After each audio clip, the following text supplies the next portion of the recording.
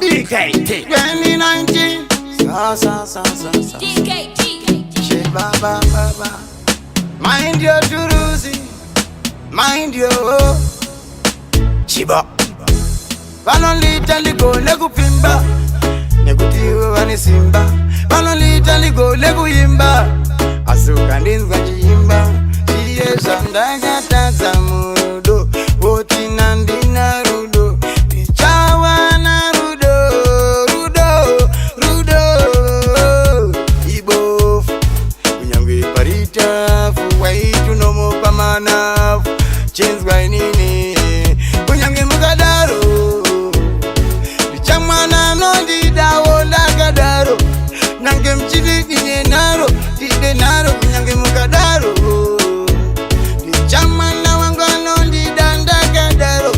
Tagango sarwa ndagadaro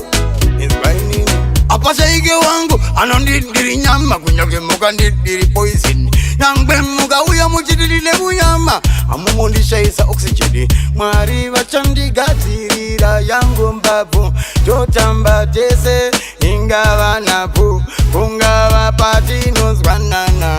Pamenangala manyira Kumanyira kumberi mberi Kana kutindangala sarira Kusarira kumashure shure Andingarambe Wangwa nuya Wangu ndo mula kunyangwe mukadaro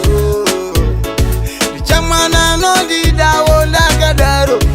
Nange mchidi dine naro Tide naro kunyangwe mukadaro Lichamana wangu nondi dandagadaro Tagango sarwa ndagadaro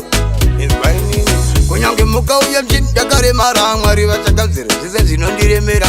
Murudo sakawanda zaindirambira Asi ninoziva wande shandifambira Anondigezesa uye anondionesa uye achandipolesa kandatadza anondikonesa anondidzora iye wandinotaura anondidandakachikora nyange ndakanaka nyamwe ndavora anondiponyora nyange mukararo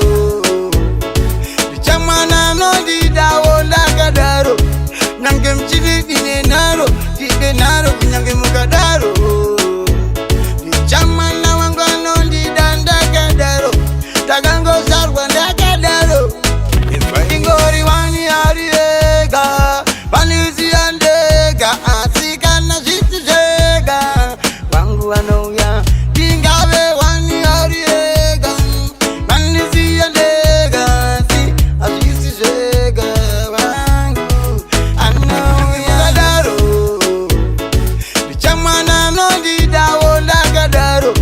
Nange mchidi dine naro Tide naro kunyange mukadaro